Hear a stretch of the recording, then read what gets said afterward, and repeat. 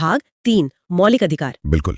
मौलिक अधिकारों की शुरुआत एक बहुत ही तकनीकी लेकिन जरूरी परिभाषा से होती है, अनुच्छेद 12, जो राज्य यानी द स्टेट शब्द को परिभाषित करता है। राज्य की परिभाषा। जी, ये सुनने में शायद थोड़ा बोरिंग लगे, लेकिन ये मौलिक अधिकारों की नींव है, क्योंकि ये अधिकार हमें राज्य के खिलाफ ही तो मिले हैं। सही बात है। तो इस परिभाषा में कौन कौन शामिल है? क्या राज्य का मतलब सिर्फ केंद्र सरकार या राज्य सरकारें हैं? नहीं, इसका दायरा बहुत बड़ा है।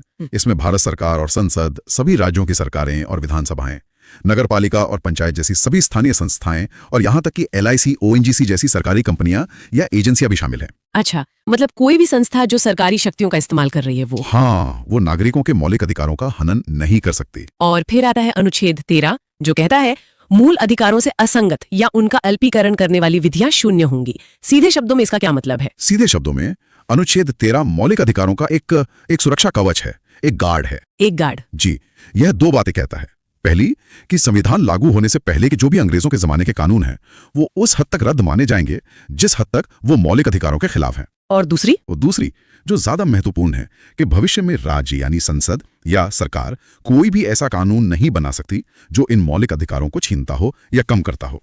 अगर वो ऐसा कोई कानून बनाती है तो अदालत उसे रद्द कर देगी। तो यहीं से अदालतों को कानून की समीक्षा करने की शक्ति मिलती है, जिसे न्यायिक समीक्षा या जुडिशियल रिव्यू कहते हैं। बिल्कुल, न्यायिक समीक्षा की शक्ति की जड़ें इसी अनुच्छेद 13 में हैं। ये हमारे लोकतंत्र का एक सेफ्टी वॉल्व है। तो चलिए अब पहले अधिकार समूह पर आते हैं, समानता का अधिकार, अनुच्छेद 14 से 18 तक। ये हमारे संविधान की शायद सबसे बड़ी घोषणाओं में से एक है। हाँ, समानता का अधिकार इन सभी अधिकारों की नींव है। तो अनुच्छेद 14 कहता है विधि के समक्ष समानता और संरक्षण। इसका क्या मतलब है? इसका मतलब बहुत गहरा है। इसमें दो बातें हैं। एक है विधि के समक्ष समानता, यानी कानून की नजर में सब बराबर हैं, चाहे कोई भी हो। कोई भी। और दूसरा है कानून का समान संरक्षण। इसका अर्थ है कि एक जैसी परिस्थितियों में सभी के साथ एक जैसा व्यवहार किया जाएगा। ठीक है, तो अगला है अनुच्छेद 15। ये कहता है धर्म, जाति, लिंग, वंश या जन्म स्थान के आधार पर कोई भेदभाव नहीं होगा। ये तो बहुत सीधा और स्पष्ट लगता है। बिल्कुल, ये अनुच्छेद सामाजिक समानता की नींव रखता है। यह राज्य को इन आधारों पर किसी भी नागरिक के साथ भेदभाव करने से रोकता है। मतलब दुकानों, होटलों में भी? हाँ, चाहे वो दुकानों, होटलों या सार्वजनिक मनोरंजन के स्थानों में प्रवेश की बात हो। और अनुच्छेद 16?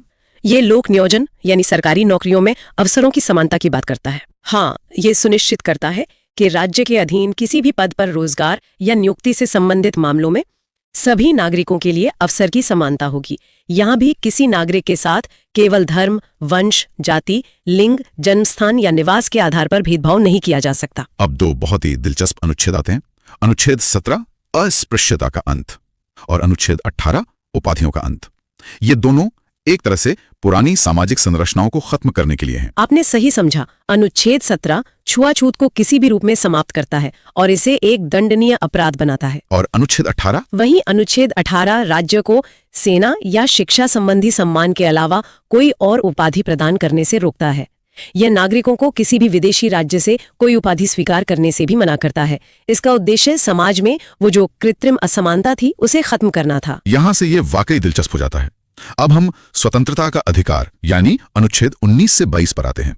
अनुच्छेद 19 में तो 6 तरह की स्वतंत्रता दी गई है। हाँ, 6। सबसे पहले 19(1)(a) बोलने की और अभिव्यक्ति की स्वतंत्रता। हाँ। इसमें तो बहुत कुछ शामिल है। RTI, झंडा लहराना, प्रेस की स्वतंत्रता और यहाँ तक कि मौन रहना भी। हाँ, अभिव्यक्ति शब्द बहुत व्यापक है।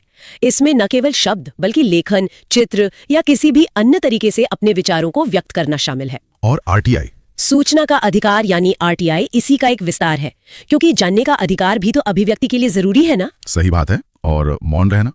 मौन रहना भी एक तरह की अभिव्यक्ति ही है। इसके बाद है 19(1)(b), शांतिपूर्वक और बिना हथियारों के कहीं भी इकट्ठा होना। मजदूर संघ, कुछ भी। और फिर घूमने फिरने और बसने की आजादी। 19(1)(d) कहता है कि देश के किसी भी भाग में आने जाने की स्वतंत्रता है। ऑलराइट। और 19(1)(a) कहता है कि देश के किसी भी क्षेत्र में रहने की स्वतंत्रता है। और ये अनुच्छेद भारत की एकता और अखंडता को बढ़ावा देते हैं। ये महसूस कराते हैं कि पूरा देश एक है और कोई भी नागरिक कहीं भी आ जा सकता है और बस सकता है। और आखिर में 19(1)(g), देश के किसी भी हिस्से में व्यापार करने की स्वतंत्रता। ये आजीविका के लिए बहुत जरूरी है। बिल्कुल, ये लोगों को अपनी पसंद का कोई भी पेशा, व्यवसाय या व्यापार करने का अधिकार देता है, जो एक तरह से आर्थिक स्वतंत्रता सुनिश्चित करता है। अब आते हैं अनुच्छेद 20 पर, अपराधों के दोष सिद्धि के संबंध में संरक्षण। ये क्या है, थोड़ा समझाएंगे? ये एक बहुत ही महत्वपूर्ण सुरक्षा कवच है। ये सुनिश्चित करता है कि किसी भी व्यक्ति को एक ही अपराध के लिए एक बार से अधिक दंडित नहीं किया जाएगा। एक अपराध, एक सजा। हाँ, और उसे उस कानून के तहत सजा नहीं दी जाएगी जो अपराध करते समय लागू नहीं था। अच्छा। और सबसे जरूरी, किसी को भी खुद के खिलाफ गवाही देने के लिए मजबूर नहीं किया जाएगा। वाह। और अब अनुच्छेद 21, जो शायद सबसे ज्यादा चर्चित है, प्राण और दैहिक स्वतंत्रता का अधिकार। इसमें तो जीवन जीने का अधिकार, निजता का अधिकार, विदेश भ्रमण, गरिमापूर्ण जीवन, आजीविका और यहां तक कि जीवन संगिनी या प्रेम का अधिकार भी शामिल है। अनुच्छेद 21 की व्याख्या समय के साथ बहुत विस्तृत हुई है। जी। सर्वोच्च न्यायालय ने माना है कि जीवन का अर्थ केवल सांस लेना नहीं है, बल्कि एक सम्मानजनक और गरिमापूर्ण जीवन जीना है। सिर्फ सांस लेना नहीं। जी। और इसी व्याख्या के तहत निजता, स्वच्छ पर्यावरण, आजीविका और अपनी पसंद के व्यक्ति से विवाह करने जैसे कई अधिकार इसमें शामिल किए गए हैं। और इसी से जुड़ा है अनुच्छेद 21A, शिक्षा का अधिकार। इसे 86वें संविधान संशोधन से जोड़ा गया था। हाँ, ये राज्य को 6 से 14 वर्ष की आयु के सभी बच्चों को मुफ्त और अनिवार्य शिक्षा प्रदान करने के लिए बाध्य करता है। यह अनुच्छेद 21 के तहत गरिमापूर्ण जीवन के अधिकार का ही एक तार्किक विस्तार है, कह सकते हैं। स्वतंत्रता के अधिकार में अंतिम है अनुच्छेद 22, कुछ दशा में गिरफ्तारी से संरक्षण और निवारक निरोध। यह अधिकार गिरफ्तार किए गए व्यक्ति को कुछ सुरक्षा प्रदान करता है, जैसे गिरफ्तारी का कारण जानने का अधिकार, ठीक है, अपनी पसंद के वकील से सलाह लेने का अधिकार और 24 घंटे के भीतर मजिस्ट्रेट के सामने पेश किए जाने का अधिकार। और इसका दूसरा हिस्सा, वो निवारक निरोध। हाँ, इसका दूसरा हिस्सा निवारक निरोध यानी प्रिवेंटिव डिटेंशन से संबंधित है, जो विशेष परिस्थितियों में लागू होता है। चलिए अब शोषण के विरुद्ध अधिकार यानी अनुच्छेद 23 से 24 की बात करते हैं। देखते हैं अनुच्छेद 23। ये मानव के साथ दुर्व्यवहार और बलात् श्रम पर प्रतिषेध की बात करता है। इसमें बेगारी और मानव तस्करी पर रोक भी शामिल है। यह अनुच्छेद मानवीय गरिमा को सुरक्षित करने के लिए बनाया गया है। बलात् श्रम का मतलब है किसी व्यक्ति से उसकी इच्छा के विरुद्ध काम करवाना, जबरदस्ती काम करवाना। हाँ, और बेगारी इसका एक रूप है जहां बिना कोई पारिश्रमिक दिए काम कराया जाता है। और मानव तस्करी यानी इंसानों की खरीद फरोख्त, इसको ये अनुच्छेद पूरी तरह से प्रतिबंधित और एक दंडनीय अपराध बनाता है। अब अगला अनुच्छेद देखते हैं, अनुच्छेद 24। ये कारखानों जैसी जो खतरनाक जगह हैं, वहां 14 साल से कम उम्र के बच्चों के काम करने पर रोक लगाता है। मतलब सीधा सीधा बाल श्रम का निषेध है। धार्मिक स्वतंत्रता के अधिकार में प्रवेश करते हैं। शुरुआत अनुच्छेद 25 से होती है। बिल्कुल, अनुच्छेद 25 हर एक व्यक्ति को, और ये ध्यान देने वाली बात है, हर व्यक्ति को, चाहे वो नागरिक हो या ना हो, अच्छा, हाँ, उसे अपने अंतःकरण की मतलब अपनी मर्जी का विश्वास या धर्म चुनने की आजादी देता है।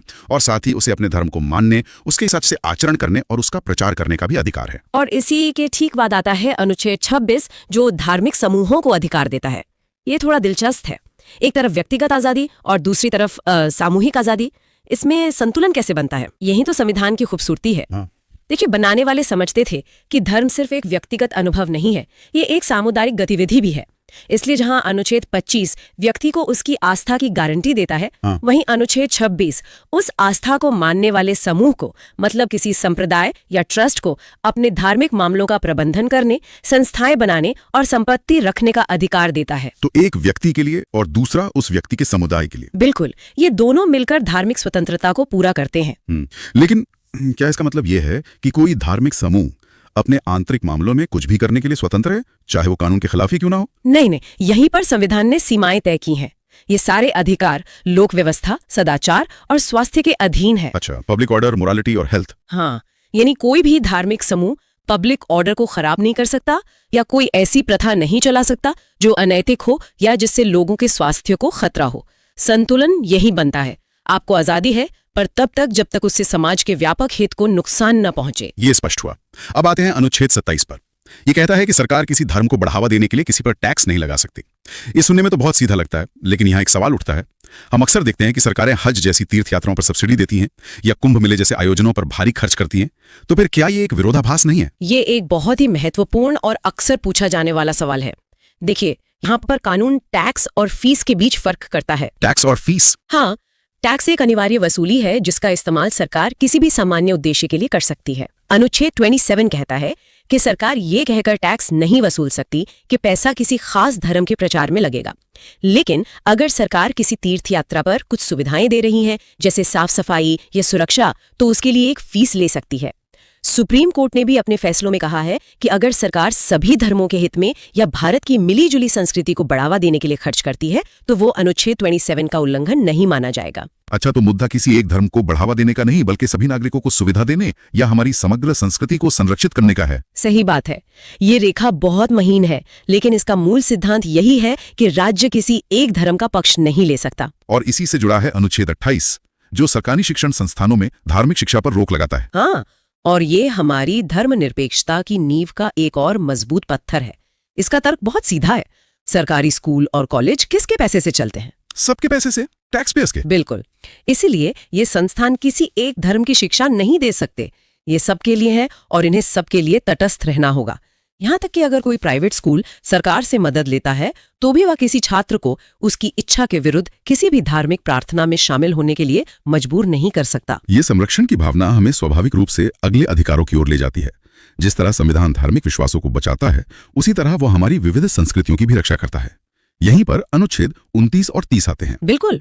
अनुच्छेद 29 कहता है कि भारत के किसी भी हिस्से में रहने वाले नागरिकों के किसी भी समूह को जिनकी अपनी अलग भाषा, लिपि या संस्कृति है, उसे बनाए रखने का अधिकार होगा। यहाँ नागरिकों के किसी भी समूह लिखा है, सिर्फ अल्पसंख्यक नहीं। ये भी समूह के लिए है। ये भारत की जो अविश्वसनीय भाषाई और सांस्कृतिक विविधता है, उसको एक संवैधानिक गारंटी देता है। और फिर आता है अनुच्छेद 30, जो भाषाई और धार्मिक अल्पसंख्यकों को अपनी पसंद के शिक्षण संस्थान स्थापित करने का अधिकार देता है। हाँ, अगर आप इन दोनों को साथ में देखें तो एक बहुत दिलचस्प तस्वीर बनती है। वाह, ये तो कमाल की बात है। मतलब अनुच्छेद 29 आपको अपनी संस्कृति बचाने का हक देता है और अनुच्छेद 30 उसे बचाने के लिए एक तरह से हथियार यानी स्कूल कॉलेज खोलने का हक देता है। ये तो एक दूसरे के बिना अधूरे लगते हैं। आपने बिल्कुल सही पकड़ा। अगर अनुच्छेद 29 अधिकार है तो अनुच्छेद 30 उस अधिकार को हकीकत में बदलने का साधन है। आप अपनी संस्कृति को सिर्फ घर की चारदीवारी में नहीं बचा सकते। सही बात है। उसे अगली पीढ़ी तक पहुंचाने के लिए, उसे जिंदा रखने के लिए संस्थाओं की जरूरत पड़ती है। अनुच्छेद 30 वही संस्थागत ताकत देता है। हमने अब तक इतने सारे अधिकारों की बात की, समानता, स्वतंत्रता, धर्म, संस्कृति, लेकिन अगर सरकार या कोई संस्था इन अधिकारों को छीनने की कोशिश करे तो क्या होगा? यहीं पर शायद संविधान का सबसे महत्वपूर्ण हिस्सा आता है, वो अधिकार जो बाकी सभी अधिकारों को सार्थक बनाता है, अनुच्छेद 32। आपने इसे बिल्कुल सही तरीके से प्रस्तुत किया है और इसीलिए डॉक्टर B.R. अम्बेडकर ने इसे संविधान का हृदय और आत्मा कहा था। हृदय और आत्मा? हाँ। अनुच्छेद 32 खुद में एक मौलिक अधिकार है। यह हर नागरिक को यह अधिकार देता है कि अगर उसके किसी भी मौलिक अधिकार का हनन होता है तो वो सीधे सुप्रीम कोर्ट जा सकता है और सुप्रीम कोर्ट का यह कर्तव्य है कि वो उन अधिकारों को लागू करवाए। बिना अनुच्छेद 32 के बाकी सारे मौलिक अधिकार सिर्फ कागज पर लिखे अच्छे विचार होते जिनकी कोई गारंटी नहीं होती। और इसी अनुच्छेद में रिट यानी रिट का जिक्र है। सुप्रीम कोर्ट इन अधिकारों को लागू करवाने के लिए रिट जारी कर सकता है। अनुच्छेद 33। अनुच्छेद 33 जो सशस्त्र बलों और खुफिया एजेंसियों से संबंधित है, ये क्या कहता है? ये अनुच्छेद संसद को ये अधिकार देता है कि वो कानून बनाकर सशस्त्र बलों, अर्धसैनिक बलों, पुलिस और खुफिया एजेंसियों के सदस्यों के मौलिक अधिकारों को सीमित कर सके। और ऐसा क्यों? इसका उद्देश्य है अनुशासन बनाए रखना और कर्तव्यों का उचित पालन सुनिश्चित करना। उदाहरण के लिए, एक आम नागरिक को भाषण और अभिव्यक्ति की पूरी स्वतंत्रता है, लेकिन एक सेना के जवान को ये अधिकार उसी रूप में नहीं मिल सकता। सही बात है। वो संवेदनशील सैन्य जानकारी सार्वजनिक नहीं कर सकता। बिल्कुल। या अपने वरिष्ठों के खिलाफ सार्वजनिक रूप से कुछ भी नहीं बोल सकता। ये राष्ट्रीय सुरक्षा और संस्था के अनुशासन के लिए जरूरी है। इसी तरह का एक और गंभीर प्रावधान है अनुच्छेद 34, जो मार्शल लॉ यानी सैन्य शासन की बात करता है। ये सुनने में काफी डरावना लगता है। हाँ, मार्शल लॉ एक असाधारण और गंभीर स्थिति है। ये तब लागू होता है जब किसी क्षेत्र में नागरिक प्रशासन यानी पुलिस और स्थानीय सरकार कानून व्यवस्था बनाए रखने में पूरी तरह से विफल हो जाती है। जैसे किसी बड़े पैमाने पर विद्रोह या दंगे की स्थिति में? हाँ, बिल्कुल। ऐसी स्थिति में व्यवस्था को बहाल करने के लिए अस्थायी रूप से सेना को प्रशासन का नियंत्रण दे दिया जाता है। उस दौरान स्वाभाविक रूप से नागरिकों के मौलिक अधिकार बहुत सीमित हो जाते हैं। तो फिर ये राष्ट्रपति द्वारा लगाई जाने वाली राष्ट्रीय आपातकाल मतलब नेशनल इमरजेंसी से कैसे अलग है? ये बहुत ही अच्छा सवाल है। राष्ट्रीय आपातकाल जो अनुच्छेद 352 के तहत आता है, उसकी घोषणा राष्ट्रपति करते हैं और ये युद्ध या बाहरी आक्रमण जैसी स्थितियों में पूरे देश या उसके किसी हिस्से में लग सकता है। उसमें नागरिक सरकार निलंबित नहीं होती, वो काम करती रहती है, बस केंद्र को ज्यादा शक्तियां मिल जाती हैं। जबकि मार्शल लॉ ज्यादा स्थानीय और चरम स्थिति है, जहां नागरिक प्रशासन की जगह सीधे सीधे सैन्य शासन आ जाता है। अच्छा, संविधान में मार्शल लॉ को परिभाषित नहीं किया गया है, लेकिन इसका एक मकसद है जल्द से जल्द सामान्य स्थिति बहाल करना। अनुच्छेद 35। ये इन सभी अधिकारों को लागू करने की प्रक्रिया के बारे में है। इसका क्या महत्व है? अगर अनुच्छेद 32 संविधान का हृदय और आत्मा है, तो अनुच्छेद 35 उसका एक्शन बटन है। Action button. हाँ, संविधान बनाने वालों को पता था कि सिर्फ छुआछूत का अंत किया जाता है, लिख देना काफी नहीं है। उसे अपराध बनाने के लिए, सजा तय करने के लिए एक कानून चाहिए होगा। अनुच्छेद 35 संसद को कुछ विशेष मौलिक अधिकारों को प्रभावी बनाने के लिए कानून बनाने की अनन्य शक्ति देता है। ये शक्ति राज्यों के पास नहीं है, सिर्फ संसद के पास है। ताकि पूरे देश में एक समान कानून हो। बिल्कुल, ताकि इन महत्वपूर्ण अधिकारों पर पूरे देश में एक रूपता रहे। बिना इस अनुच्छेद के मौलिक अधिकार सिर्फ नैतिक घोषणाएं बनकर रह जाते। ये अनुच्छेद उन्हें कानूनी ताकत देता है, उन्हें दांत देता है। ये सुनिश्चित करता है कि संविधान में लिखे वादे जमीनी हकीकत